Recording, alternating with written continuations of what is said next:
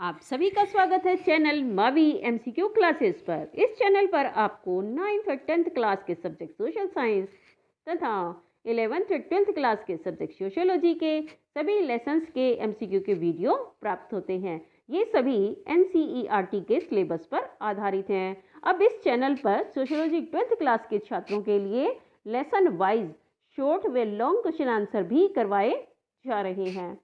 आज 12th class sociology के chapter number 2 Bharat की जनसांख्यिकीय संरचना के 1 व 2 नंबर के मार्क्स के क्वेश्चन आंसर करवाए जा रहे हैं। तो चलिए जल्दी से चैनल को सब्सक्राइब कर लीजिए यदि अभी तक आपने चैनल को सब्सक्राइब नहीं किया है। चलिए शुरू करते हैं। प्रश्न नंबर 1, जन्म दर किसे कहते हैं? एक निश्चित क्षेत्र में निर्धारित अवधि में 1000 की जनसंख्या के पीछे जन्म लेने वाले जीवित शिशुओं की संख्या को जन्म दर कहते हैं। बिल्कुल आसान सा है। 1000 की जनसंख्या के पीछे जन्म लेने वाले जीवित शिशुओं की संख्या को, यहाँ पर जीवित शिशुओं की संख्या लगाना बहुत ज़रूरी है। ऐसे नहीं है कि 1000 की जनसंख्या के पीछे जन्म लेने वाले लोगों को, क्योंकि जन्म तो बच्चे ही लेते हैं इसलिए, और उनमें से भी जो जीवित जन्म लेते हैं, तो जीवित जन्म लेने वाले शिशुओं की संख्या को जन्म दर कहते हैं। प्रश्न नंबर 2 देखिए, मृत्यु दर से आप क्या समझते हैं? निश्चित क्षेत्र में निर्धारित अवधि में 1000 व्यक्तियों के पीछे मरने वाले लोगों की संख्या को मृत्यु दर कहते हैं। निश्चित क्षेत्र और निर्धारित अवधि क्यों जोड़ा जाता है साथ में? क्योंकि निश्चित क्षेत्र कौन सा क्षेत्र है, कोई गांव है, कोई शहर है, उससे बड़ा कोई राज्य है, या फिर पूरे देश के बारे में बात की जा रही है। तो निश्चित क्षेत्र में और निर्धारित अवधि, ये अवधि 1 साल, 2 साल, 5 साल, 10 साल कितनी भी हो सकती है। भारत के अंदर जनगणना प्रत्येक 10 वर्ष बाद होती है और उस दौरान जनसंख्या संबंधी जो आंकड़े सरकार के द्वारा प्रस्तुत किए जाते हैं उन्हें ही अगले 10 वर्षों तक माना जाता है। प्रश्न नंबर 3 देखिए, प्राकृतिक वृद्धि दर या जनसंख्या समृद्धि दर किसे कहते हैं? ये दोनों चीज़ें एक ही हैं। अगर प्रश्न आता है प्राकृतिक वृद्धि दर क्या है, तभी भी आप ये इसका आंसर दोगे, और जनसंख्या समृद्धि दर किसे कहते हैं, तभी भी आंसर सेम है। जन्म दर और मृत्यु दर के बीच के अंतर को प्राकृतिक वृद्धि दर या जनसंख्या समृद्धि दर कहते हैं। जन्म दर जो आप ऊपर पढ़ चुके हो, 1000 जनसंख्या के पीछे जन्म लेने वाले जीवित शिशुओं की संख्या, और मृत्यु दर 1000 जनसंख्या के पीछे मरने वाले लोगों की संख्या। जन्म सिर्फ बच्चे लेते हैं और मर किसी भी उम्र में मतलब व्यक्ति की मौत हो सकती है। तो इन दोनों के बीच के अंतर को क्या कहते हैं? तो इन दोनों के बीच के अंतर को जनसंख्या समृद्धि दर या प्राकृतिक वृद्धि दर कहा जाता है। प्रश्न नंबर 4 देखिए, प्रतिस्थापन स्तर से आप क्या समझते हैं? एक ऐसी अवस्था जब जितने बूढ़े लोग मरते हैं उनका खाली स्थान भरने के लिए उतने ही नए बच्चे जन्म लेते हैं। यहाँ से बूढ़े हटा सकते हैं कि जितने लोग मरते हैं उनका खाली स्थान भरने के लिए उतने ही नए बच्चे जन्म ले लेते हैं। तो इस स्तर को, ऐसी अवस्था को प्रतिस्थापन स्तर कहा जाता है, क्योंकि जितने लोग मरे हैं उनका स्थान ग्रहण करने के लिए उतने ही नए लोगों ने जन्म ले लिया है। प्रश्न नंबर 5, ऋणात्मक समृद्धि दर का क्या अर्थ है? ऋणात्मक समृद्धि दर, ऋणात्मक मतलब माइनस में, माइनस समृद्धि दर, बढ़ नहीं रही है, जनसंख्या घट रही है। इसका मतलब ये है कि वहाँ पर जनसंख्या बढ़ने की बजाय घट रही है। अब घट कैसे सकती है, इसका आंसर देखिए, जब प्रजनन शक्ति स्तर प्रतिस्थापन दर से नीचे हो जाता है, जब समाज में ऋणात्मक समृद्धि दर की स्थिति पैदा हो जाती है। और जापान, रूस, इटली एवं पूर्वी यूरोप वाले देश इस प्रकार की ऋणात्मक जनसंख्या समृद्धि दर से गुजर रहे हैं, जहां मरने वाले लोगों की संख्या ज़्यादा तथा पैदा होने वाले लोगों की संख्या कम है। अर्थात यह देश ऋणात्मक समृद्धि दर वाले देश हैं। इस प्रकार के देशों में जनसंख्या बढ़ाने के तरीकों पर जोर दिया जाता है, और अधिक जनसंख्या वाले देशों में जहाँ धनात्मक समृद्धि दर होती है वहाँ पर जनसंख्या को कंट्रोल करने का प्रयास किया जाता है। प्रश्न नंबर 6 देखिए, प्रजनन दर से आप क्या समझते हैं? प्रजनन दर का अर्थ है बच्चे पैदा कर सकने की आयु, जिसे कि आमतौर पर 15 से 49 वर्ष का माना जाता है। बच्चे पैदा कर सकने की आयु वाली प्रति 1000 स्त्रियों के पीछे जीवित जन्मे बच्चों की संख्या, अर्थात कि 1000 स्त्रियों ने कितने बच्चों को जन्म दिया है जिनकी आयु 15 से 49 वर्ष है। प्रश्न नंबर 7, सकल प्रजनन दर का क्या अर्थ है? सकल मतलब टोटल, टोटल फर्टिलिटी रेट क्या है? सकल प्रजनन दर का अर्थ है स्त्रियों के एक विशेष वर्ग द्वारा उनके प्रजनन आयु की अवधि के अंत तक पैदा किए गए बच्चों की औसत संख्या के बराबर होती है सकल प्रजनन दर।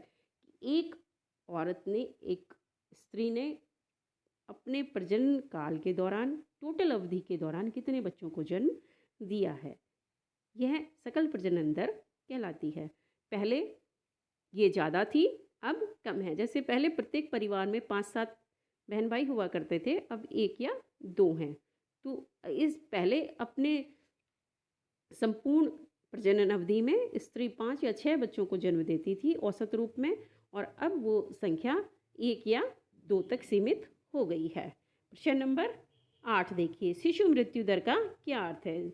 1000 बच्चों में से 1 वर्ष की आयु पूरी करने से पहले ही मरने वाले बच्चों की संख्या को शिशु मृत्यु दर कहते हैं। जो बच्चे 1 साल से पूर्व जो हैं मृत्यु को प्राप्त हो जाते हैं, 1000 बच्चों में से उनकी संख्या कितनी है, इसे ही शिशु मृत्यु दर कहा जाता है। प्रश्न नंबर 9, मातृ मृत्यु दर का क्या अर्थ है?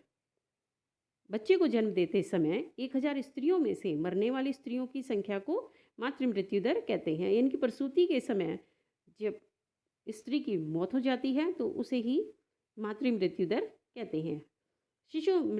शिशु और मातृ मृत्यु की ऊंची दरें पिछड़ेपन और गरीबी की सूचक होती हैं। जहाँ पर शिशु मृत्यु दर ज़्यादा है, यानी कि बच्चे 1 वर्ष का पूरे होने से पहले ही मौत के मुंह में चले जाते हैं, और जहाँ पर मातृ मृत्यु दर ज़्यादा है, अर्थात वहाँ पर डिलीवरी की पूर्ण सुविधाएं नहीं हैं, इस प्रकार की जो ऊंची दरें हैं वहाँ पर वो पिछड़ेपन और गरीबी की सूचक होती हैं। स्वास्थ्य सेवाओं की उन देशों में कमी होती है। प्रश्न नंबर 10 देखिए, लिंग अनुपात अथवा स्त्री अनुपात से आप क्या समझते हैं? बिल्कुल आसान है। लिंग अनुपात या स्त्री पुरुष अनुपात 1000 पुरुषों के पीछे स्त्रियों की संख्या स्त्री पुरुष अनुपात कहलाती है। इसमें जोड़ देना है एक विशेष क्षेत्र में और एक निश्चित अवधि के दौरान। केरल में, भारत के अंदर अगर इसकी बात करें तो केरल में यह महिलाओं के पक्ष में है, और संपूर्ण भारत में अगर औसत रूप में देखें तो महिलाएं पुरुषों से कम हैं। प्रश्न नंबर 11, औसत आयु या जीवन प्रत्याशा का क्या अर्थ है? जीवन प्रत्याशा से तात्पर्य उस औसत आयु अनुमान से है जितने वर्ष तक व्यक्ति के जीवित रहने की आशा की जाती है। और जैसे जैसे किसी देश की स्वास्थ्य सेवाओं में वृद्धि होती चली जाती है और स्वास्थ्य सेवाएं अच्छी हो जाती हैं, उसी तरह से धीरे धीरे उस देश की जो जीवन प्रत्याशा है या औसत आयु है वो बढ़नी शुरू हो जाती है। इस समय जापान की औसत आयु विश्व में सबसे अधिक है। प्रश्न नंबर 12, जनसंख्या की आयु संरचना से क्या तात्पर्य है, या जनसंख्या की आयु संरचना से आप क्या समझते हैं? जनसंख्या की आयु संरचना से तात्पर्य है कि कुल जनसंख्या के संदर्भ में विभिन्न आयु वर्गों में व्यक्तियों का क्या अनुपात है। और जो विभिन्न आयु वर्ग भारत के अंदर निर्धारित किए गए हैं जिनसे जनसंख्या की संरचना हुई है वो है 0 से 14 वर्ष, 15 से 64 वर्ष और 64 वर्ष से अधिक।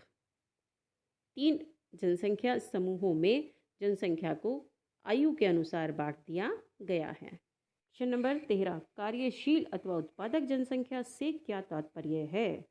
15 से 64 वर्ष की आयु के लोगों को कार्यशील अथवा उत्पादक जनसंख्या माना जाता है, क्योंकि यह वर्ग उत्पादन के कार्यों में लगा होता है। यदि जनसंख्या में इस वर्ग का अनुपात ज़्यादा होता है तो देश को आर्थिक लाभांश प्राप्त होता है, और यदि 15 से 64 आयु वर्ग के लोगों का अनुपात कम होता है तो देश के लिए यह बोझ होता है, दायित्व होते हैं, क्योंकि यह वर्ग ही कमाने में लगा हुआ है। अन्य वर्ग का भरण पोषण इसके द्वारा ही किया जाता है। प्रश्न नंबर 14, प्राश्रित जनसंख्या का क्या अर्थ है? 14 वर्ष से कम तथा 65 वर्ष से अधिक आयु के लोगों को प्राश्रित जनसंख्या माना जाता है। प्राश्रित का मतलब दूसरों के ऊपर आश्रित होना, और यह किसके ऊपर आश्रित होता है? उत्पादन के कार्यों में लगे हुए लोगों पर, जिसे कार्यशील वर्ग कहा जाता है। प्रश्न नंबर 15, जनसंख्या घनत्व किसे कहते हैं? प्रति वर्ग किलोमीटर में निवास करने वाले व्यक्तियों की संख्या को जनसंख्या घनत्व कहा जाता है, अर्थात 1 वर्ग किलोमीटर में कितने लोग निवास कर रहे हैं। पहाड़ों में, पर्वतों में, वनों में, घने जंगलों में जनसंख्या घनत्व कम होता है, और जो ऐसे राज्य हैं जहाँ पर मैदानी क्षेत्र है, कृषि अधिक होती है, वहाँ पर जनसंख्या घनत्व अधिक होता है। इसीलिए अरुणाचल प्रदेश में जनसंख्या घनत्व कम है और उत्तर प्रदेश, बिहार, पश्चिमी बंगाल इत्यादि राज्यों में जनसंख्या घनत्व अधिक है। तो ये थे बच्चों इस लेसन के 15 जो है 1 और 2 नंबर के क्वेश्चंस। आपको ये वीडियो कैसी लगी, वीडियो पे कमेंट करें, वीडियो को लाइक करें, शेयर करें, और अगर अभी तक आपने चैनल को सब्सक्राइब नहीं किया है तो चैनल को सब्सक्राइब कर लें। और यदि आपको अन्य क्लासेस के MCQ के वीडियो भी चाहिए तो संबंधित लेसन के वीडियो के डिस्क्रिप्शन में दिए गए लिंक पर क्लिक कर सकते हैं। धन्यवाद।